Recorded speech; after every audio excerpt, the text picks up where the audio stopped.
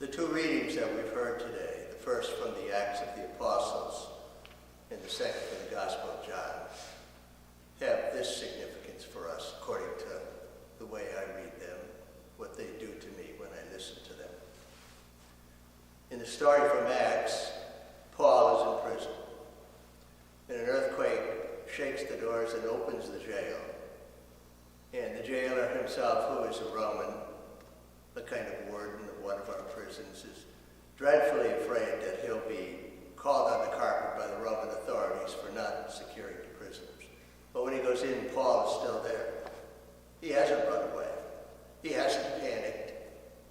He's keeping, you might call, social distance. He's staying right where he was. And he ends up converting the jailer. A kind of remarkable story for our time, huh? That a situation of panic and fear is transformed into one of amazement. Amazement that we are all hoping we see one day with this virus, with the medical doctors and the scientists who are working behind the scenes.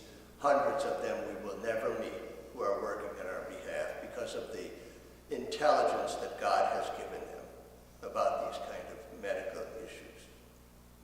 So Paul converts the jailer, and his mission really is accomplished. That's the true amazing thing. Not the earthquake that opened the door, but Paul's word that opened the soul. We all have those kind of words in us if we're Christian. Words to heal, words to calm panic, words to lead people into a healthier, holier way of life, even as this virus forces us indoors. Don't lose that power, even in the midst of our anxieties and our worries. The second reading from St. John is also remarkable.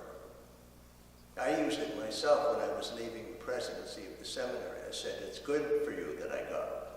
Just like Jesus says here. And it is good. It is good that leadership of any kind, spiritual, political, educational, parochial, goes, clears the way for the future. People hang on to power. They hang on to power for the wrong reasons. Jesus did not hang on to power. Risen from the dead, he doesn't say to his disciples, I'm staying here forever. He says, it's good for you that I go, because then the Spirit will come, and something else will happen that will open up. It's a very, very powerful passage. That leadership runs on temporal schedules, even the leadership of the Son of God, who leaves and goes to heaven in the ascension.